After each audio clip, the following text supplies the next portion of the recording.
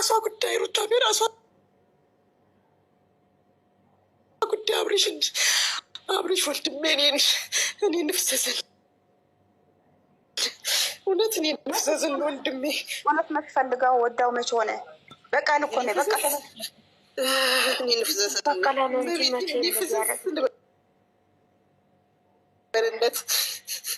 በቀል ነበር የፈለገችው፣ እሱን አይደለም የፈለገችው። እሷ እየተበቀለች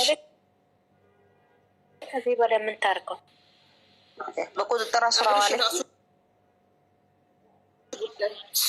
ሩታ የራሷ ጉዳይ፣ እርሜና ራሷ ጉዳይ። ግን አብርሽን የድረሱለት የተዋህዶ ልጆች ሙስሊሞች በዱዓ በመቤቴ ሙስሊሞች በዱዓ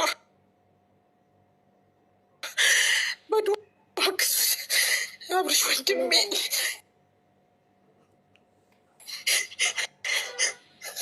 አይኑ ሁሉ ልስልጭ ብሎ ገብቶ ወደ ውስጥ አይኑ ሁሉ የተሸዋል። በጣም ነው የሚያሳቅ። እንቅልፍ ማጣት ይሁን አልቅሶ ይሁን የሚያለቅም ምን እንደሆነ የኔ አባት የኔ ጌታ አይኑ የለም። አይኑ ወደ ውስጥ ገብቶ ምጭምጭ ብሏል። ማሙኛል ሰውዬ እስቲ ንገሩኝ፣ ምን ልበለው? አልጨረስኩትም። እኔም አመመኝ። መሀል ሄርሜላ መጣች፣ ተቋረጠ። እሷ ሰላም አለቀ። ነገ ነው የሚቀጥሉት ማለት ነው። አመመኝ። ምን ብዬ እንጠይቀው? ሰውዬ ማሞተ ልበል? ማንንም በማን እንግደርና ልሂድ? እኔ ዋህረዳ አይዞሽ እድሜና የራሷ ጉዳይ። አብርሽ ማናት ሩታም የራሷ ጉዳይ። እኔ አብርሽ እኮ እንደሱ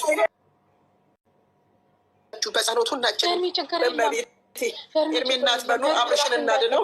አብርሽ ካለ ድረስነት በሰማዕቷ በአርሴማ በዘንባባዋ ይደረሳል። እንግዲህ ቤተሰቦቹ ይድረሱለት፣ እኛ በጸሎት እናስበዋለን። ያሉት አጠገብ ያሉት ሰዎች ይደርሱ። ምን እናርገኛ? ሩታ አብርሻት በሉ ሩታ እና ኤርሜናን እንዳጠሩ እዚህ ውስጥ እንዳጠሩ በመቤቴ እኔ አብርሽና በጸሎት እናስበው በመቤቴ ድረስለት ነው። አብርሽ ኢትዮጵያ ናችሁ ሰዎች ተባበሩ።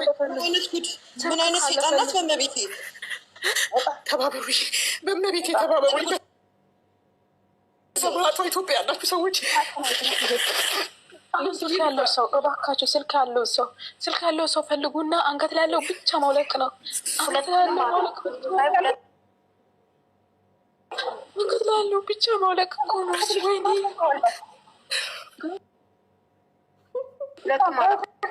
እንዳይገናኝ እንኳን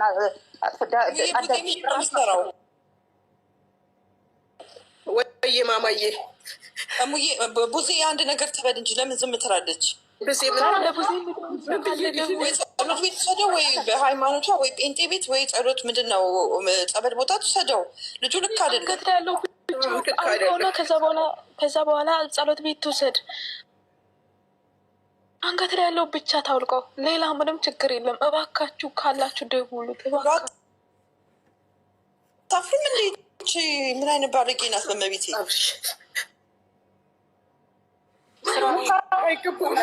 የልጄ ልደት መቼ ነው ማከብረው? አነ አቃተኝ። ደሳ ሲል ውስጥ ነገ ቢሆን ደስ ይለናል አለ እኮ። ነገ ተረጋጊ። እኔ አብርሽ ሩታ የራሷ ጉዳይ፣ ኤርሜና የራሷ ጉዳይ። አብርሽን ነው የምፈልገው እኔ ወንድሜ፣ የልጄ እውነት ነው። ትክክል አብርሽ ነው።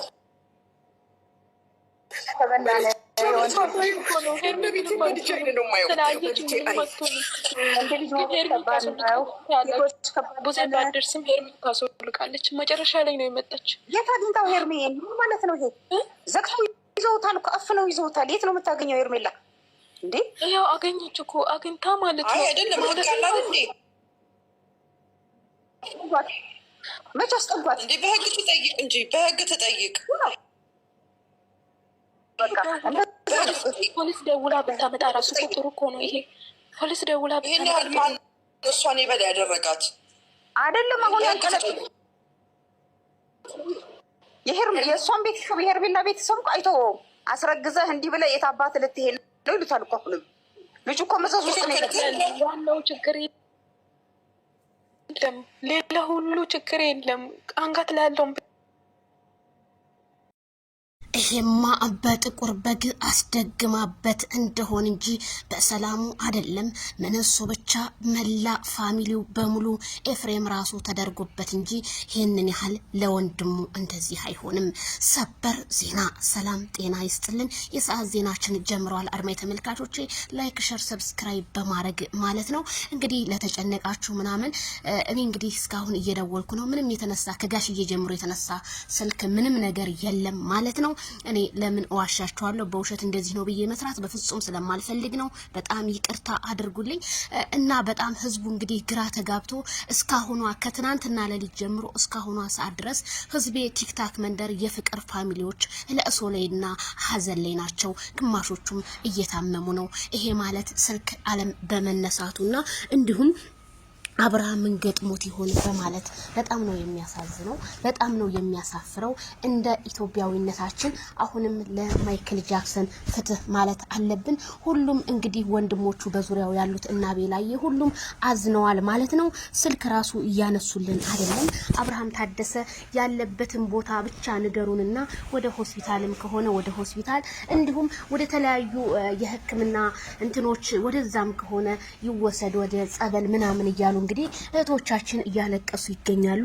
የስደት እህቶቼ አንዳንድ ሰው ብዙ ጊዜ ተናጋሪዎች የሆኑ ሰዎች እንባቸው ቅርብ ነው ይባላል እና እኔ በመቤት ነው ያየሁት። እሙዬ አይዞሽ የኔ እህት ተረጋጊ። ሁላችሁም እንግዲህ ቲክቶክ ላይ ያላችሁ እህቶቼ እባካችሁ አታልቅሱ። አረብ ሀገር ላይ የሆነ ነገር ውድቅ ብትሉ ወይ የሆነ ነገር ብትሆኑ ማንም የሚደርስላችሁ የለም። እናት የለ አባት የለ። ሁሉም ስደት ላይ ያላችሁ አረብ ቤት የምትሰሩ እባካችሁ ተጠንቀቁ ነው የምለው ማለት ነው።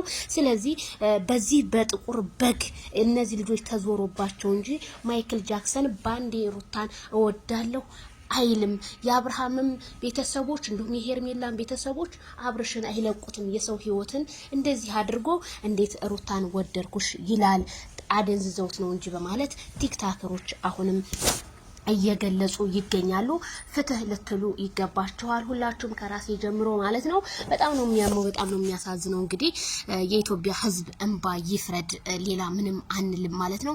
መቼም ሩታ ባንቺ ባይደርስ በተለያየ በትውልድ ሊደርስ ይችላል የህዝብ እንባ ማለት ነው። እንደዚህ በማረግሽ ሁለት ሀብል አድርገሽ ይሄ ልጅ እንዳፈዘሽውና ኤፍሬምም ተደርጎበታል እየተባለ ነው። ኤፍሬም ምንም ቢሆን አብርሃም ወንድሙ ነው፣ አሳልፎ ላንቺ አይሰጠውም። አትበልጭበትም፣ የሚበልጥበት ወንድሙና ወንድሙ ነው ሲሉ ቲክታከሮችና እንዲሁም ኮሜንታተሮች ገለጹ። እኔ ምን እንደምል አላቀም። በጣም ነው እኔ ራሱ ግራ የገባኝ ማለት ነው። አገራችን ላይ ይሄ ነገር ግን መቼ ነው የሚጠፋው? የብዙዎቹ ህይወትም ለመቀጠፍ የሚደርሰው በእንደዚህ አይነት ነው እያሉ ነው እንግዲህ ብዙዎቹ። እንግዲህ ይሄንን ሀብል ከአንገቱ ላይ አውልቆ የሚጥልን አንድ ሰው እንዴት ይጥፋ? እኔ ቡዜንም እንግዲህ መልእክት አስቀምጠንላታል። ሁሉንም እንግዲህ ያስቀመጥላቸው ነው። እስካሁን ምላሽ አላገኘንም። ቲክታከሮችም እያለቀሱ ያሉት ለዛ ነው። ጥላታችሁ እልቅስ ይበል፣ እናንተ አታልቅሱ የስደት እህቶቼ። እነ ትክክል በቃ ለነሱ መሳቂያ አትሁኑ፣ ራሳችሁን አረጋጉ። ብቻ ጾለት ዱአ ልታረጉለት ይገባል ሁላችሁም፣ መላ የኢትዮጵያ ልጆች በሙሉ። ይሄንን ፌመስ ዩቲዩበርና ቲክታከር የሆነ ልጅ በእንደዚህ አይነት መልኩ በሴት እንደዚህ መንገላታቱ ግን በጣም ነው የሚያሳዝነው። ይሄ ሁሉ አብርሃም በጣም የዋህ ነው። የዋህነቱን አይታ ሩታ ተጠቀመችበት። በቃ ልጅህን ምናምን እያለች ገብታ እንደዚህ ማረጓ በጣም እኔ እውነት የቆሸሸ ስራ እንደሆነ ነው። እንዲሁም ምናለ ይቀኑብሽ የዜድዬ እኔ ግራ ገባሽ ያብርሽ መጨረሻ ምን ይሆን? ፈጣሪ ጠብቀው ብቻ። ብልጥ ሰው ምንም አይሆንም፣ የዋህ ሰው ግን ሁሌም ተጎጂ ነው ብላለች። ያው የዋህ ሰዎች ተጎጂ ናቸው፣ ለምንም ተጠቂ የሚሆኑት የዋህ ሰዎች ናቸው። አብርሃም በየዋህነት ነው የተጠቃው ማለት ነው።